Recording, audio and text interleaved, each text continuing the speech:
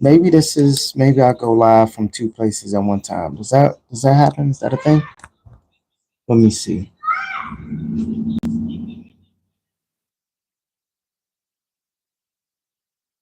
All right. So apparently I don't know how to work this. So I'm live on both devices at the same time. I don't even know how this shows up on YouTube. But I'm gonna talk about it. Gonna do what we do. We're gonna talk about these things anyway. And today we're talking about the 5 common mistakes that small business owners make when going for funding. And this is going to be on the eve of my masterclass, which is happening tomorrow. Okay. If you want to tap into the masterclass tomorrow, just text the word funding to 240-6677-460. All right. The 5 common mistakes that small business owners make going for funding. The first one is that we don't do our homework. By that, I mean we don't take a moment to call a bank or just reach out to our banker and say, hey, these are the things that I need assistance with. What's required? Can you help me? This is where my business is right now. And this is the vision that I have for my business moving forward. I'm starting a cargo van business. I'm starting a medical courier business. I'm starting a Section 8. Well, I'm becoming a landlord. I'm going to have some properties. I'm putting them under Section 8, right? I'm going to have a property management business. What do I need to do to qualify for your higher level of funding moving forward? Your What type of credit do I need to have a business credit card? What type of address do I need? You can have these conversations during that initial time that you sit down with the banker at the onset of your relationship. So when you're there setting up your business bank account, this is the perfect time to have that conversation with that banker. Even before you open up a business bank account, you can begin to interview the bank. Hey, this is my business. Does this type of business fit into your lending portfolio? Do you like real estate based businesses? Do you like restaurants? Do you like transportation companies? Do you like trucking companies? Do you like cleaning companies? Do you like medical companies? Right? Do you like clothing brands or doc or what's the word for someone that does your eyes? Eye doctor, right? I forgot. I got glasses. I can't remember. Ask these type of questions. See what type of lending is available, and get into what are their requirements for those bigger loans. There's nothing wrong with asking them, hey, what do you need? How can I qualify for a $250,000 loan? How can I qualify for a $500,000 loan? If the person that you're talking to doesn't know, that's not a problem. Just ask them to ask the person that does know. What's going on, everybody? Tapping in, Tabitha, and I can't even read. Is that feeling good? I think it says feeling good. I may be reading it wrong. How y'all doing? Ask these questions so that it's not a surprise when you go for funding. It's when we go for funding that is too late, and now we're finding out, oh, these are the documents that you needed in order to qualify for $200,000. Oh, this is what you needed so that I can qualify for a commercial real estate loan. This is these are simple things that we can do, and it all starts with a conversation.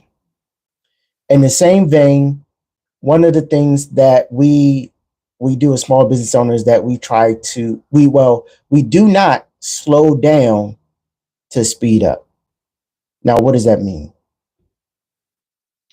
It means we don't, after one or two denials, we don't take the time to stop, step back, and reevaluate. Like, hey, I submitted about 3 applications to 3 different banks. All of them have denied me. Fuck it. I'm just going to give up and throw up my hands because clearly this funding thing or getting access to capital just isn't for me. Where in reality, every time you get a denial letter, the denial letter is going to tell you why they denied you. It's going to say too many hard inquiries. It may say something random like cannot verify business or cannot verify your identity, right? When they, depending on the denial reason, that tells you what area you need to go fix. If they can't verify your identity, make sure that you're filling out your application correctly. Are you using the right name? Are you using the right address, the right contact information? If they can't verify your business, make sure that the business information is showing up properly. Like if your business says comma, like mine is crack the score. So if I'm registered as crack the score, comma, LLC, when I fill out my application, I want to put crack the score, comma, LLC. I have had clients literally get denied because they did not fill in the application with that comma LLC at the end of the business name. It sounds petty, and some may say it is, but the bankers, they don't do a lot of thinking. It's like, hey, I'm gonna throw this thing into the computer, and if it say yes, great, and if it say no, also great. Go back, figure it out, have a great day, right? They're not going to sit there and try and help you figure out why the application got denied. Most of them don't. Some do, but most don't, right? They just figure that you should just have your stuff together. But that is vitally important, making sure that you have the name correct. When you get a denial letter, I know it hurts the ego, believe me. I know it hurts the ego. And yes, I'm chilling. It's like, come on, y'all. It's 6 o'clock at night. I'm not about to be out here with a button up pretending like I'm in the office at 6 o'clock. I'm not. I'm on the balcony. I'm outside. I'm chilling. There's a white tee, right? Take the information how it comes. You feel me? But anyway, when you get those denial letters, take some time, slow down. Don't rush to just say, oh, this funding thing doesn't work. No one's going to give me any money. Read the letters. Sometimes you got to go back to the bank, say, hey, I applied for this. I meet all of the criteria, right? My business is good. I have cash flow. I have good credit. What the hell are y'all denying me for? Because you slowed down and speed up. You took the time to make sure that you reviewed the letter, you reviewed that denial letter or the adverse action letter, you compared it to how your business is set up, you looked at how much money is in the bank account, etc. And now you're like, okay, I know for a fact that I should have got approved. Now I got to go knock on some doors, not really bust some heads, but break somebody's balls to figure out what the hell happened. Why didn't I get this approval when I should have? Okay. That leads me into the next reason is that we don't fight for the approval. We take the approval, we're sad, and we just disappear into the darkness with our tail between our legs. It's okay to fight for the approval. It's okay to ask for a reconsideration. It's okay to go back to your banker and say, hey, I think I should have got approved for this. Can you give me more insight as to why I did not get approved? Was it my debt to income ratio? Did the debt service coverage, Did those numbers didn't match? Did you didn't like my debt ratio? Like what exactly is the reason for the denial? And typically the regular banker isn't going to know. Sometimes the branch manager may not know. You just have to push forward until you get to the person who can give you that answer and then potentially get it overturned, right? And this may take more than one conversation. Okay. So number three is not pushing more for that yes when we know we should have got the yes. Number four is not having a strategy. If you're applying for the cards without a particular strategy, you can run into a lot of roadblocks. So typically, when we're going for funding, we do it bureau by bureau. Okay. To be even more specific, I'm going to give you guys this is the general game plan. Anytime you're working with someone who's doing, let's say, credit stacking, meaning you're doing zero interest credit cards. You start off with pre approvals. The pre approvals are going to act as like a litmus test. Okay. If you're getting pre approvals, you're in a good space. You know that these banks are rocking with you right now. It means that everything is unfrozen. It means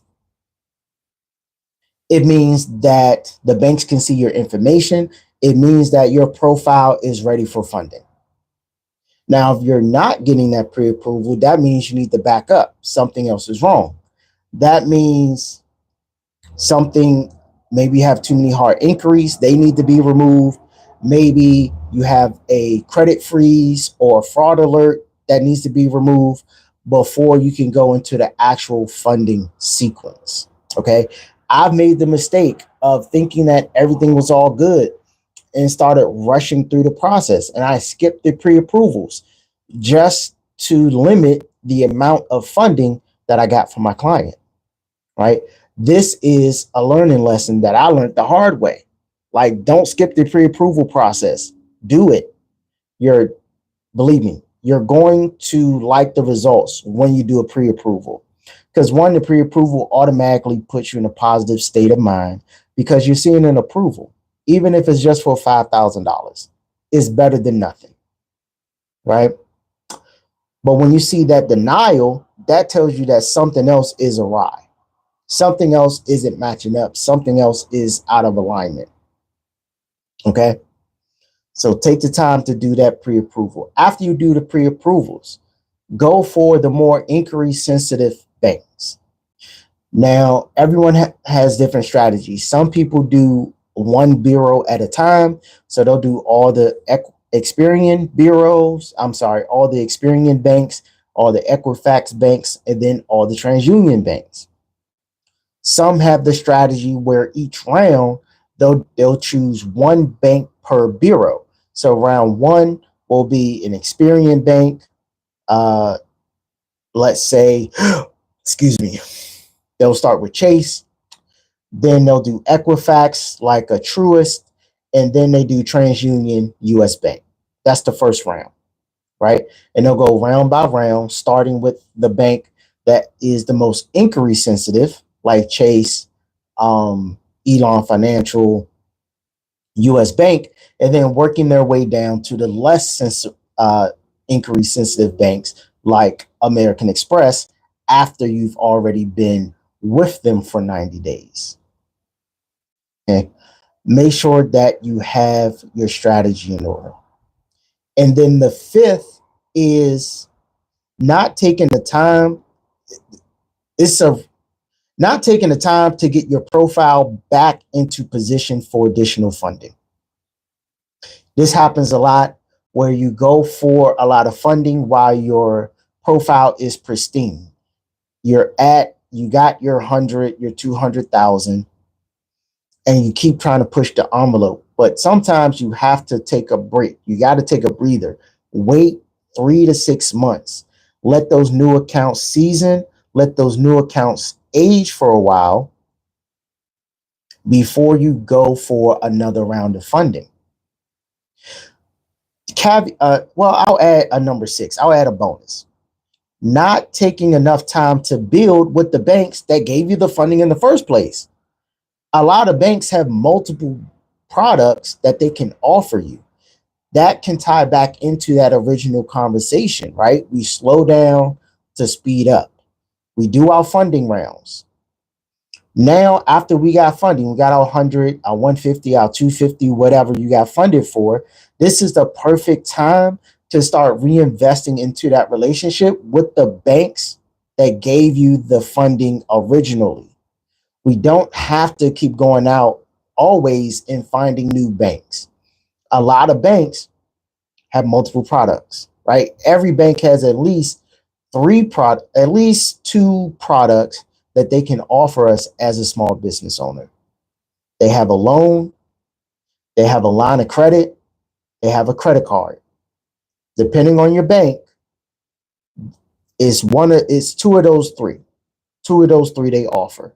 Like for instance, a lot of credit unions, their credit cards come and go, but they have different kinds of loans.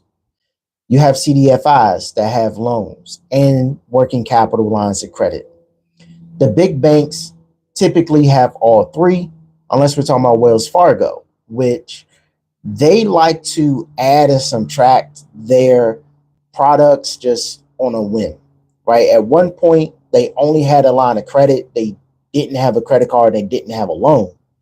But now they do have a business line of credit and a new business credit card that they offer.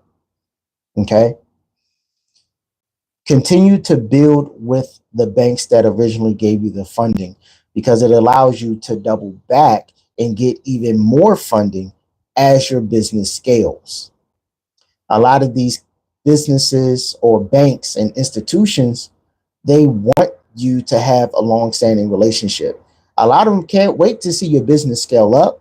They can't wait for your business to grow over the next 12 to 24 months so that they can offer you a full $100,000 loan or $150,000 business line of credit with no docs. Right? A lot of these higher limit no doc programs are reserved for the businesses that stay with the bank and stay loyal to that bank. I understand that banks ain't that loyal to us all the time. That's a totally different subject. All right. I'm just talking about getting access to the capital through good banking relationships. Okay. Don't disappear from the bank after you get your initial 100,000, 200,000. Reinvest it into your business. Show them that the business is scaling up so that when you go back to them and the business is scaling up, your personal credit is still in good standing. They can give you even more money. Okay. Number 7, we don't ask. I said 5, but I'm just going to keep it going. We don't ask for credit limit increases. We don't ask for credit limit increases enough. Credit limit increases, it is quite possibly the easiest funding strategy there is. For most banks, there's no hard pull to get a credit limit increase, right? This is for business credit cards, and this can also apply to some business lines of credit. Some business lines of credit actually offer credit limit increases with no hard pull, right? In particular, American Express business line of credit offers credit limit increases with no hard pull. It's one of the only ones that do that. There are some others, right?